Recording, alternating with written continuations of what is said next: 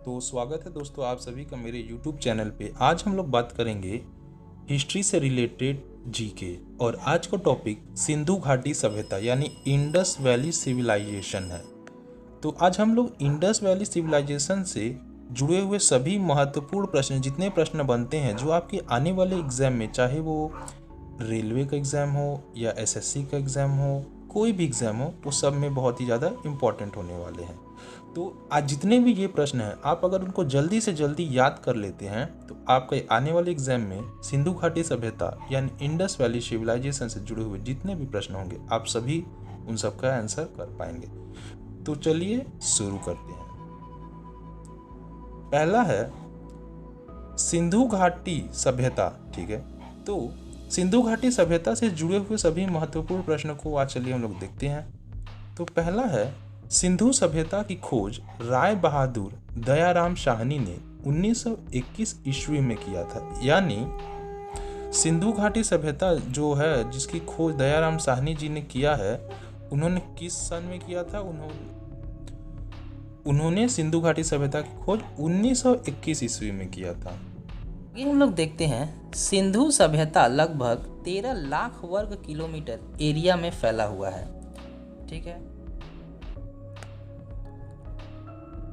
Next है सिंधु सभ्यता की सर्वाधिक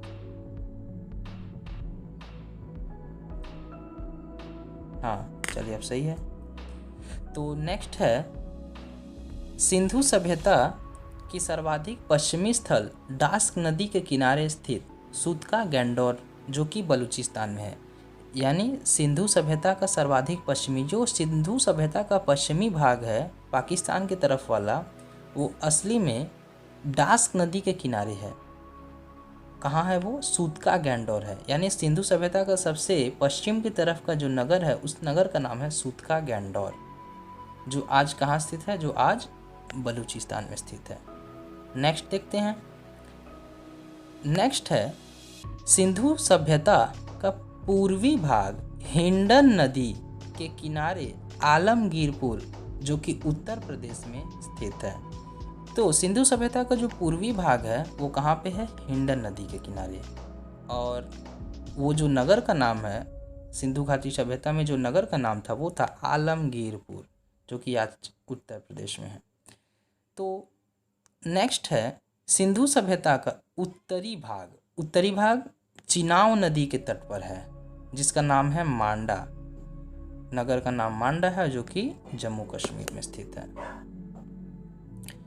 नेक्स्ट, सिंधु घाटी सभ्यता का दक्षिणी भाग प्रवरा नदी के तट पर। प्रवरा नदी कहाँ है? गोदावरी। गोदावरी की एक सहायक नदी है। तो सिंधु घाटी सभ्यता का दक्षिणी भाग प्रवरा नदी के तट पर दायमाबाद, जो कि महाराष्ट्र में है। तो हम लोगों ने क्या क्या देखा? 4 दिशाएं होती हैं ना। तो पश्चिम जो होगा वो होगा डास्क नदी के किनारे सूतका गैंडोर। पूर्वी जो होगा हिंडन नदी के किनारे आलमगीरपुर। उत्तरी जो भाग होगा चिनाव नदी के किनारे मांडा।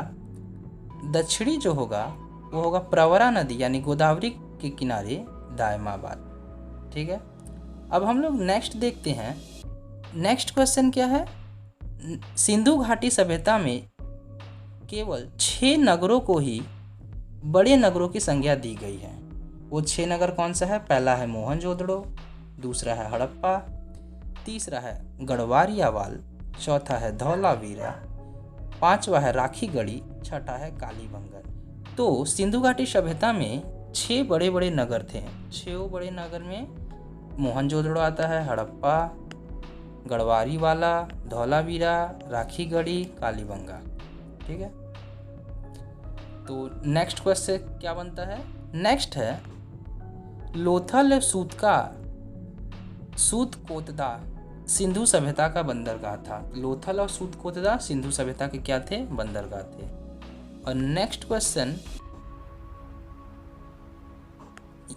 मोहनजोदड़ो के बारे में क्या है? मोहनजोदड़ो से प्राप्त स्नानागार संभवतः सिंधु सभ्यता की सबसे बड़ी इमारत थी। तो और अगला देखते हैं क्या है।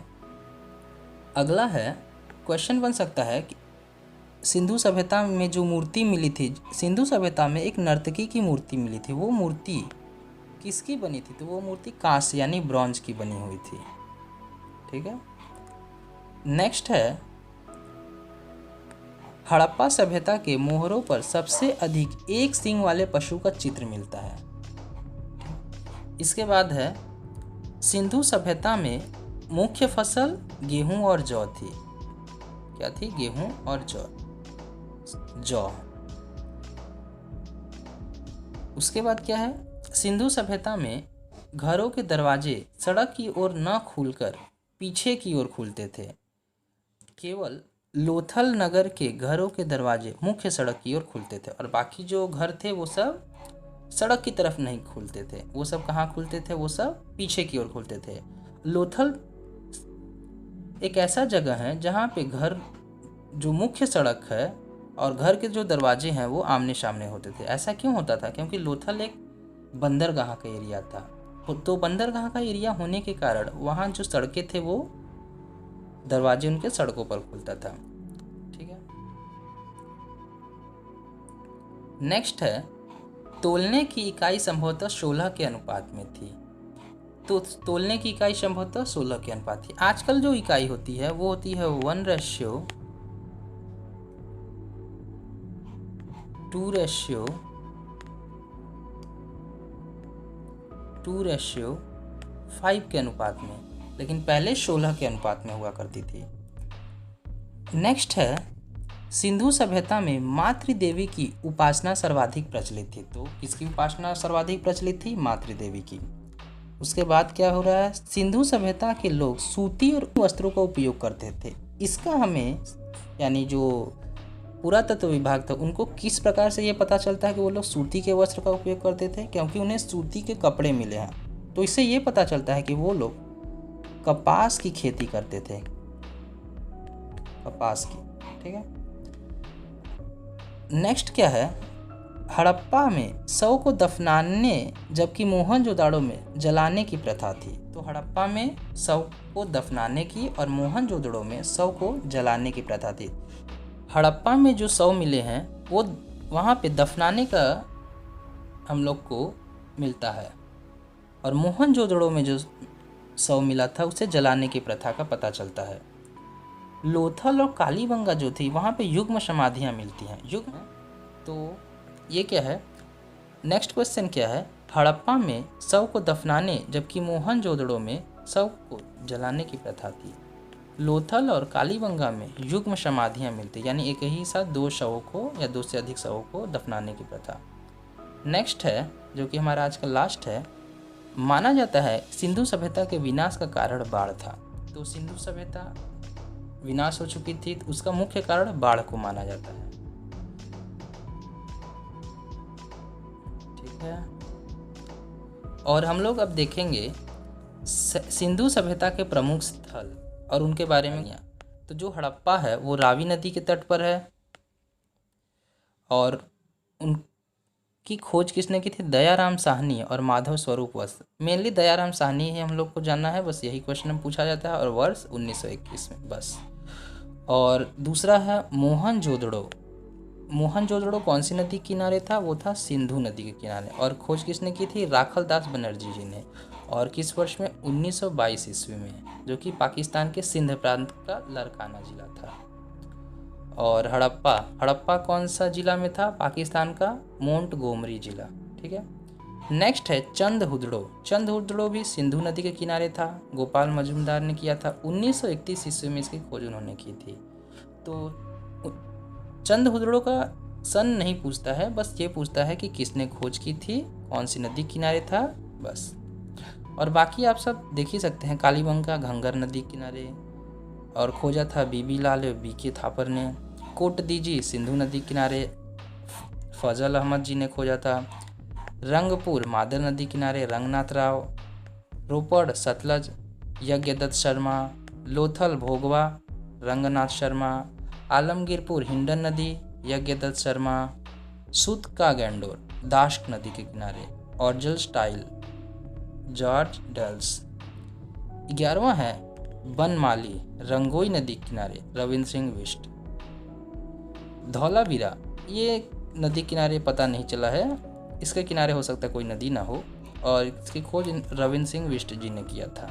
ये गुजरात के कच्छ जिले में है। तो ये आज हो गए सिंधु घाटी सभ्यता से जुड़े हुए जितने भी इम्पोर्टेंट क्वेश्चन बनते हैं जो आपके आने वाले एग्जाम में आ सकते हैं, आज उसका मैंने। तो नेक्स्ट आने वाली वीडियो में हम लोग बात करेंगे सिंधु घाटी सभ्यता से आगे आने वाली सभ्यता।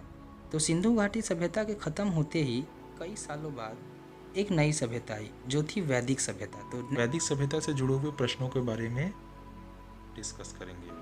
तो आज के लिए इतना ही। चैनल को लाइक ज़रूर करिएगा और सब्सक्राइब करना तो बिल्कुल मत भूलिएगा, और अपने ज़्यादा से ज़्यादा दोस्तों तक इस वीडियो को पहुंचाइए, शेयर करें।